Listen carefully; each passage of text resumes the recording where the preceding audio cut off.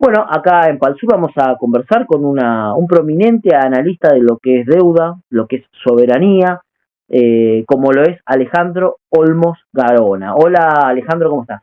¿Qué tal, Luciano? ¿Cómo estás? Muy bien, acá mirando uno de tus, no sé si es tu último libro, que es Deuda o Soberanía, Verdades Ocultas sobre la Dependencia, un libro excelente que recomiendo que lo lean todos porque no solamente habla de la deuda que tomó Macri, sino también habla de muchísimo más atrás y ayuda a comprender muchísimas cosas que el argentino común debería entender para que no nos vuelvan a pasar siempre las mismas cuestiones. Claro. Pero más allá de este libro que está muy bueno, que lo voy a poner la foto para que todo el mundo pueda, de editorial Lilio, Ediciones Continente, eh, quería conversar con vos porque surgió una palabra clave que es megacanje. Resulta que el run run de la política está diciendo de que teóricamente Caputo, un personaje siniestro para las finanzas del país, está tramitando un megacanje por 72 mil millones de dólares. ¿Qué pensás de esto? ¿Es real? ¿Es mentira? Mira, yo hablo sobre evidencias y cosas ciertas. Es posible que sea real, es posible que no, pero conociendo los antecedentes de Caputo, no me extraña que esté tratando de negociar eso. Y si gestiona un megacanje de esa magnitud, primero que no le va a ser fácil porque después de los default sistemáticos que hemos tenido, de las nuevas refinanciaciones, la última fue el de 2020 que hizo Martín Guzmán con los acreedores privados, pero claro, depende de las condiciones que ofrezca Caputo, y como nosotros sabemos, primero que Caputo nos endeudó a 100 años cuando fue ministro de Finanzas en el 2017. Después, como presidente del Banco Central, firmó el stand-by del 2018 por 57 mil millones de dólares. Así que no es extraño que esté gestionando eso. Hay que ver cuáles serán las condiciones, cuáles serán los intereses, cuáles serán las garantías. Tratándose de este gobierno, ya me imagino qué es lo que puede ser. Porque claro, como hay un respeto irrestricto a todo lo que es privado, parece que lo que es público es nefasto y hay que huir urgentemente. Así que eso puede ser muy complicado y puede volver a aumentar la deuda pública, que en este momento está en 425 mil millones de dólares.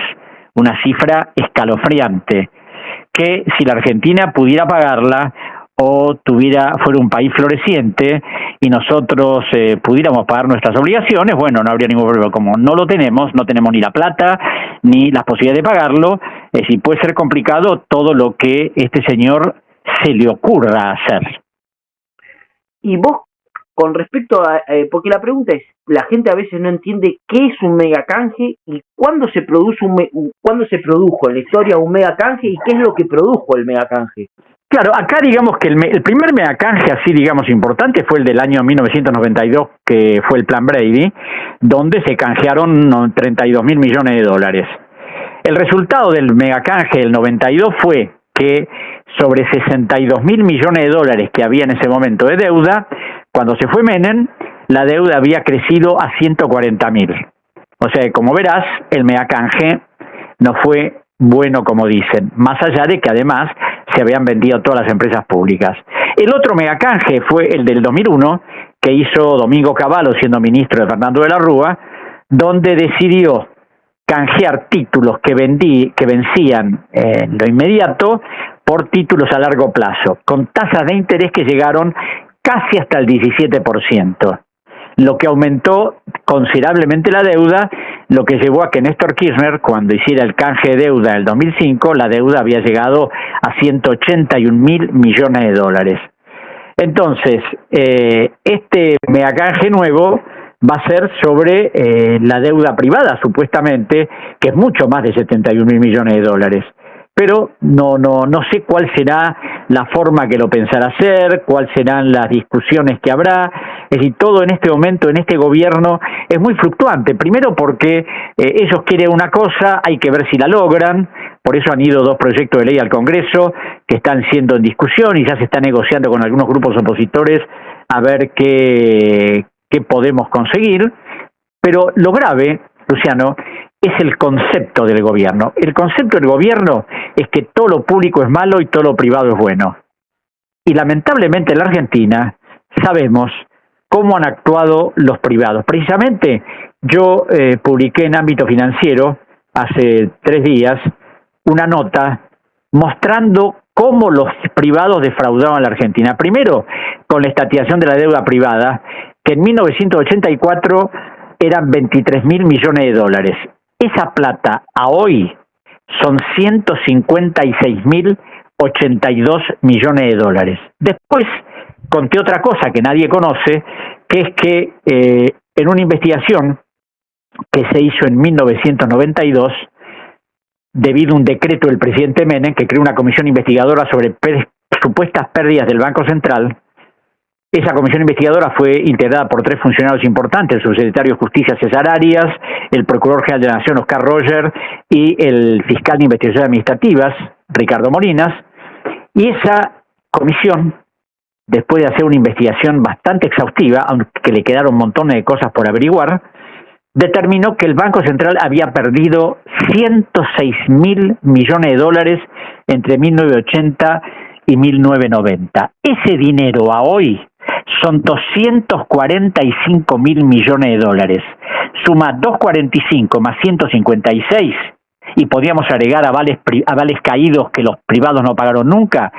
El fraude de los grandes grupos empresarios a la Argentina es de más de 425.000 millones de dólares que nunca le devolvieron, porque en esa investigación del Banco Central se demostró que los principales beneficiarios de la pérdida del banco fueron los privados a través de pagos que hizo el Banco Central, de rescates a bancos que se fueron al diablo, y por supuesto sus banqueros se quedaron cubiertos a muy buen puerto.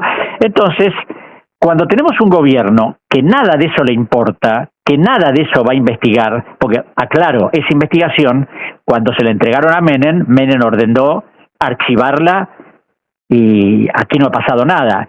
Y se puede descubrir porque el fiscal federal Federico Delgado, que es el fiscal de las causas de la deuda, impulsó el procedimiento para dar de ver dónde estaba esa investigación y consiguió conseguir una copia certificada que fue agregada al expediente que tramita en la Justicia Federal. O sea que estos son pruebas, no son comentarios subjetivos de deudas que se hayan contraído y que no puedan demostrarse. Es decir, ellos sí realmente se robaron un PBI. Se robaron, sí, un PBI, exactamente, ellos sí que se robaron un PBI. Ahora, con este concepto que tiene Milei, que no le interesa el ordenamiento jurídico, por eso para designar Procurador General del Tesoro modifica por decreto una ley de la Nación y lo nombra Barra, después modifica otro decreto, esto sí lo puede hacer, pero ¿para qué? Para nombrar a su hermana secretaria general de la Presidencia, y después hace un DNU que a través de ese DNU se modifican una enorme cantidad de leyes a través de un decreto. Y claro, muchos he visto que cuál es la explicación. Bueno, no, pero DNU los emitió Menem, De la Rúa, Alfonsín, sí señores, pero ningún presidente emitió un DNU para modificar 300 normas simultáneamente. Y además, funcionando el Congreso como funciona, la Constitución es muy clara, los DNU son de carácter restrictivo y cuando no hay otra alternativa. Pero bueno, siempre salen las explicaciones, aunque afortunadamente he visto que todos los constitucionalistas, todos, casi sin excepción, lo fulminan al DNU porque dicen que es francamente inconstitucional. Pero claro, si el Congreso lo aprueba, si Milei consigue negociar con algunos grupos opositores, posiblemente lo aprueben. Viste, yo realmente no lo sé, pero estoy asombrado del desprecio por el orden jurídico, el desprecio por las normas de la Constitución. Es decir, quieren ir por todo. Que eso le criticaban a Cristina Kirchner. Y a veces me pregunto, si esto lo hubiera hecho Cristina, bueno, ya hubiera habido un escándalo internacional, ¿no? Pero como lo hace este outsider, este señor que es el que decidió romper con todo, aclaración al margen, no él, los que están atrás de él, porque claro, nadie va a creer que todo esto es obra de Milei, ¿no? Por eso está Sturzenegger, que no tiene cargo, pero es el autor de todo la ley Ómnibus y de todo lo demás.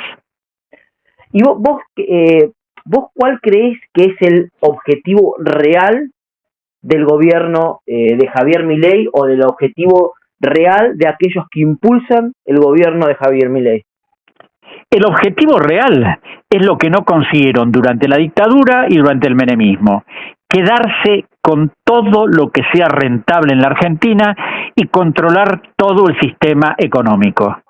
Porque claro, empresarios que hablan de la inseguridad jurídica, empresarios que hablan de las regulaciones y los controles, y te acabo de contar que se robaron 425.000 millones de dólares, y que a través de todo lo que se hizo se favoreció que a precio vil se compraran empresas como Aerolíneas Argentinas, YPF, la empresa de teléfonos y todo lo demás. En este momento quieren controlar absolutamente todo el sistema.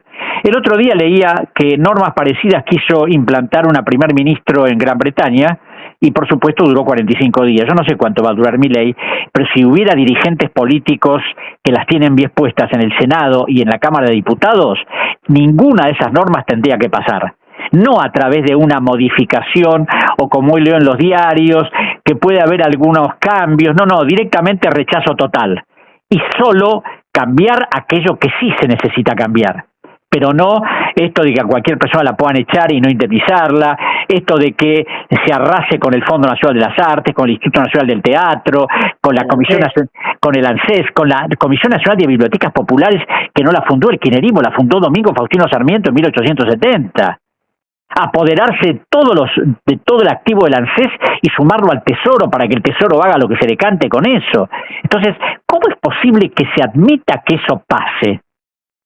No, tal cual, y encima, como muy bien decís vos, muchos de los empresarios, incluso los políticos que avalan esta situación del DNU y la ley ómnibus, sobre todo el DNU, hablan de la seguridad jurídica como si un DNU de las características, esto produciría una seguridad jurídica a futuro, cuando viene otro gobernante y hace otro DNU y se hace a la izquierda. Claro, además vos fíjate que el precedente es decir, este es un precedente nefasto, porque con este criterio de aceptar esto, viene, como bien decís, otro presidente de la República, emite otro DNU, arrasa con todo lo que se le ocurre y, es decir, esto es imposible que pueda ir adelante. Por eso yo afortunadamente veo que hay varios jueces que se han despertado del largo letargo judicial y indudablemente se dan cuenta de que esto no puede pasar. Así que espero y confío que los jueces se decidan a proceder como corresponde y ni el DNU ni la ley ómnibus pase, porque sería una catástrofe para la Argentina darle semejante poder a un grupo minoritario de personas para que hagan lo que quieran con el país. Porque por otro lado, yo lo que veo además es la miserabilidad de ciertos medios. La Nación, a través de las notas de Morales Solá y otros, estas decisiones tienen un 70% de apoyo popular. Fontevecchia, que es el único que está enfrentando al gobierno en este momento de los medios, digamos, grandes, acaba de decir que es exactamente al revés, que la mayor parte de la gente que ha contactado está totalmente en contra. Pero hay que ver cómo sigue, Luciano. Yo creo que esto va a seguir muy mal, mucho más porque la gente no va a comerse estas decisiones del gobierno para instrumentar esta especie de dictadura civil de un señor que, vos fíjate lo grave de la ley ómnibus, que creo que en el artículo 3 o en el 4 le pide al Congreso facultades delegadas sobre una enorme cantidad de cosas, o sea, para gobernar 2 años con facultades extraordinarias, que está fulminado por el artículo 29 de la Constitución. Pero además de eso, él se puede autoprorrogar esos 2 años por otros años más, o sea, gobernar 4 años como se le canta. Jamás ningún presidente de la democracia de los últimos 40 años se le ocurrió hacer algo parecido. Y por otro lado, decirlo mediáticamente hubiera sido problemático, pero ya diré, ponerlo en una ley, una locura. Sí, no, por otra parte, los disparates. Hace 100 años que estamos en decadencia, o sea, la decadencia comenzó con Marcelo T. Alvear en 1923. Milei, Macri no, la decadencia empezó en los últimos 70 años con el peronismo, no, señores, la decadencia empezó en los finales de 1975 y con la dictadura militar. Todas las estadísticas públicas lo demuestran inequívocamente. Ahí empezó el debacle de la Argentina. Pero claro, se tiran cifras al voleo y hay gente de buena fe que por ahí cree en estas cosas, cree que no, hace 100 años que estamos para atrás. Es decir, ningún historiador serio puede decir que esto es así. Y hace precisamente muy poco, hace 1 año y pico, Orlando Ferreres, que naturalmente no es precisamente un hombre del progresismo, publicó un libro voluminoso que tiene como 1000 y pico de páginas que tengo, donde muestra todas las estadísticas públicas desde 1860 y pico, 70 hasta ahora. Agarrar ese libro ya te demuestra que todo lo que dice Milei es falso. Claro. ¿Y vos cuál crees que es el rol que está tomando la oposición actual, la saliente, como la oposición que no tuvo la posibilidad de competir competitivamente hablando, haga redundancia, en las elecciones actualmente? ¿Vos crees que está llevando bien las cosas, que las podría llevar mejor? ¿Cuál es el rol que debería cumplir también? Claro, hay cuestiones difíciles. Massa, por ejemplo, se opuso al paro de la CGT diciendo que en este momento no es prudente. Yo no sé si es prudente o no es prudente. Lo que sí es un llamado de atención para decir, señor, nosotros no estamos de acuerdo con esto. El movimiento obrero no puede aceptar este tipo de cosas. Y eso es un llamado de atención. Por otro lado, veo que hay algunos que ya están viendo si se negocia algo, si se acuerda algo. Yo te digo, siempre lo he escrito en mis libros, tengo una posición, diría, muy escéptica respecto a nuestra dirigencia política, excepto excepciones honrosas que las hay, pero no sé qué van a negociar, qué van a hacer. La izquierda se va a oponer en su totalidad, porque claro, la izquierda de alguna manera haría lo mismo que Milei si tomara el poder, ¿no? Es decir, creen que suben al poder y hacen lo que quieren. Y Unión por la Patria, no sé qué va a hacer. Tienen una enorme cantidad de diputados, es la primera minoría en el Senado, pero no sé si negociarán, si no negociarán. La verdad que no podría afirmarlo categóricamente si van a oponerse en forma total a todo esto. Bueno, yo lo que veo, por ejemplo, es que a mí me resulta raro que todo el mundo habla del 55% del pueblo que votó a Milei, cuando no lo votó el 55%, lo votó el 41%, pero además la Junta Electoral dice claramente, y la oposición no sale a criticar eso, porque los votos emitidos no son los votos que pudieron haber ido a votar, y muchos de los que no fueron a votar porque no querían a ninguno de los dos.